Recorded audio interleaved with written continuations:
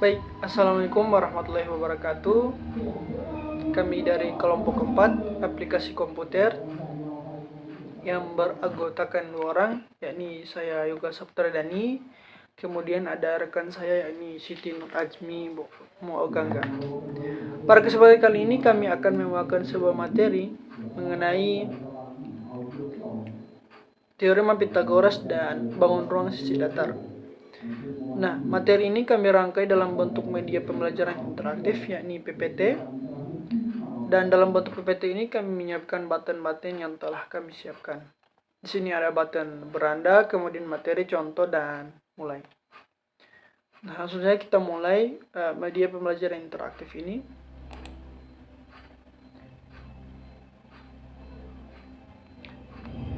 Baik, kami di materi ini ada 3 submateri yang kami siapkan, bahwa yang pertama yakni pengertian teorema Pythagoras dan bangun ruang sisi datar, kemudian contoh dari kedua materi tersebut, kemudian ada kesimpulan dari kelompok kami mengenai materi tersebut, dari kedua materi tersebut. Langsung saja pada materi pertama yakni ada pengertian teorema Pythagoras.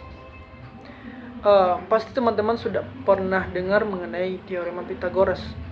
Teorema Pythagoras ini sangat berkaitan erat dengan bagi kehidupan kita sehari-hari, di mana teorema Pythagoras ini sangat berkontribusi besar terhadap perkembangan peradaban manusia, antara lain dalam bidang arsitektur, dalam pembuatan konstruksi bangunan yang stabil, dan dalam bidang teknologi seperti pembuatan GPS atau yang disebut dengan Global Positioning System. Nah, teorema Pythagoras ini merupakan aturan yang diterapkan dalam suatu segitiga siku-siku. Jadi penemuan teorema Pythagoras ini ditemukan dalam suatu segitiga siku-siku, yang dimana segitiga siku-siku ini terbentuk dalam ada persegi-persegi yang ada di sisi-sisi tersebut, yang dimana ada di sini ada sisi A, yaitu persegi A, kemudian di sisi B itu ada persegi B, dan sisi miringnya itu ada C. Maka akan terbentuk suatu segitiga siku-siku. Nah, jumlah area dari kedua persegi pada kaki A dan B ini itu sama dengan luas persegi pada sisi miring C. Jadi kalau misalkan kita cari jumlah area yang ada di A dengan B, itu hasilnya adalah luas daripada yang ada di C. Nah, maka dari gambar tersebut kita dapat mengambil hasil bahwa teorema Pythagoras ini terbentuk dalam suatu segitiga siku-siku, yang dimana ada aturan-aturan yang harus diterapkan, dan dari aturan-aturan tersebut maka akan berlaku bahwa ada A tambah A pangkat 2 ditambah B pangkat 2 itu sama dengan C pangkat 2. Artinya jika kita tambahkan A dipangkatkan 2 kemudian B pangkat 2, hasilnya adalah sisi miring dari C pangkat 2. Seperti yang telah dikatakan tadi, jumlah area dari dua persegi sama dengan luas persegi. Nah, seperti itu. Jadi kesimpulan bahwa teorema Pythagoras ini merupakan suatu aturan atau teorema yang ditemukan oleh seorang filsuf yang namanya itu Pythagoras. Jadi dinamakan teorema ini adalah Pythagoras. Dan hasil daripada penemuan aturan ini itu menghasilkan ada aturan yang ini A pangkat 2 ditambah B pangkat 2 sama dengan C pangkat 2. Seperti itu.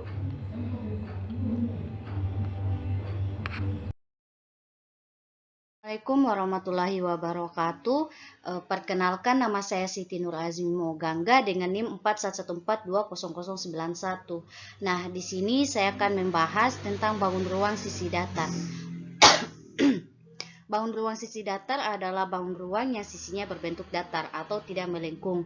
Tidak sedikit dan tidak jarang kita menjumpai objek di sekitar kita yang berbentuk bangun ruang sisi datar.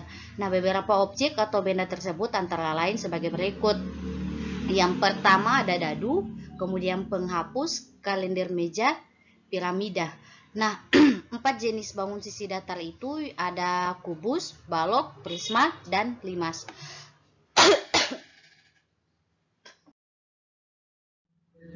Nah, yang pertama yaitu sifat-sifat bangun ruang kubus. Nah, bangun ruang kubus ada beberapa sifat-sifat. Yang pertama ada semua sisi dari bangun kubus memiliki ukuran serta dimensi yang sama. Kedua, semua sudut bidang kubus membentuk garis bidang 90 derajat. Kemudian kubus memiliki 4 diagonal ruang. Keempat, kubus memiliki 6 buah bidang diagonal berbentuk persegi panjang. Kubus memiliki 6 sisi berbentuk persegi, kemudian kubus memiliki 12 rusuk yang sama panjang. Kubus memiliki 12 diagonal sisi atau diagonal bidang. Kemudian setiap sisi garis bangun kubus berhadapan dengan 4 sisi lainnya dan sama besarnya. Kemudian rumus dari bangun ruang kubus. Yang pertama ada V sama dengan S pangkat 3 sama dengan S kali S kali S. Dengan catatan V sama dengan volume kubus. S pangkat 3 sama dengan sisi kali sisi kali sisi. S sama dengan sisir. Nah, untuk rumus kedua yaitu LP sama dengan 6 kali S kali S sama dengan 6 kali S pangkat 2. Dengan catatan S pangkat 2 sama dengan sisi dikalikan dengan sisi. LP sama dengan luas permukaan. Kemudian kedua yaitu sifat-sifat bangun ruang balok. Nah, yang pertama yaitu ada bidang diagonal pada balok berbentuk persegi panjang. Kemudian kedua, diagonal bidang sisi yang berhadapan ukurannya sama panjang. Kemudian yang ketiga, diagonal ruang ukurannya sama panjang. Kemudian sisi berbentuk persegi panjang. Dan yang terakhir, rusuk yang sejajar memiliki panjang yang sama. Kemudian rumus dari ruang balok tersebut yaitu V sama dengan P kali L kali T. Dengan catatan V sama dengan volume balok, P sama dengan panjang, L sama dengan lebar, T sama dengan tinggi. Kemudian rumus yang kedua L sama dengan 2 dikali P dikali L ditambah P dikali T ditambah L kali T. Dengan catatan luas sama dengan luas permukaan balok, P sama dengan panjang, L sama dengan lebar, dan T sama dengan tinggi. Kemudian yang ketiga itu sifat-sifat bangun ruang prisma. Nah, untuk sifat-sifatnya yang pertama yaitu setiap sisi bagian samping berbentuk persegi panjang atau sejajar. Nah, yang kedua setiap diagonal bidang pada sisi yang ukurannya sama memiliki ukuran yang sama. Kemudian yang ketiga bentuk alas dan atap kongruen, dan yang keempat memiliki rusuk tegak tetapi ada pula yang tidak tegak. Kemudian rumus dari ruang prisma tersebut yaitu V sama dengan LA dikali T. Dengan catatan V sama dengan volume prisma, LA sama dengan luas alas, T sama dengan tinggi. Kemudian rumus yang kedua L sama dengan 2 dikali LA ditambah LS. Dengan catatan L sama dengan luas permukaan prisma, LA sama dengan luas alas, LS sama dengan luas selimus sama dengan keliling alas dikali T, T sama dengan tinggi.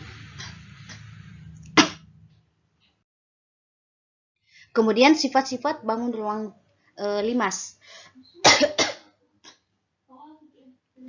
Nah, yang pertama yaitu memiliki 8 rusuk. Kemudian kedua memiliki 5 titik sudut, diantaranya 4 sudut alas dan 1 sudut puncak.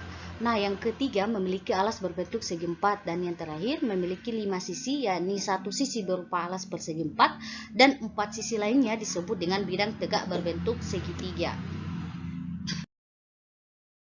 Nah, untuk rumus dari ruang limas yaitu V sama dengan 1/3 dikali LA dikali T. Dengan catatan V sama dengan volume limas, LA sama dengan luas alas, T sama dengan tinggi. Kemudian rumus yang kedua L sama dengan LA ditambah LS. Dengan catatan V sama dengan volume limas, LA sama dengan luas alas, LS sama dengan luas selimut sama dengan jumlah luas sisi tegak, kemudian T sama dengan tinggi.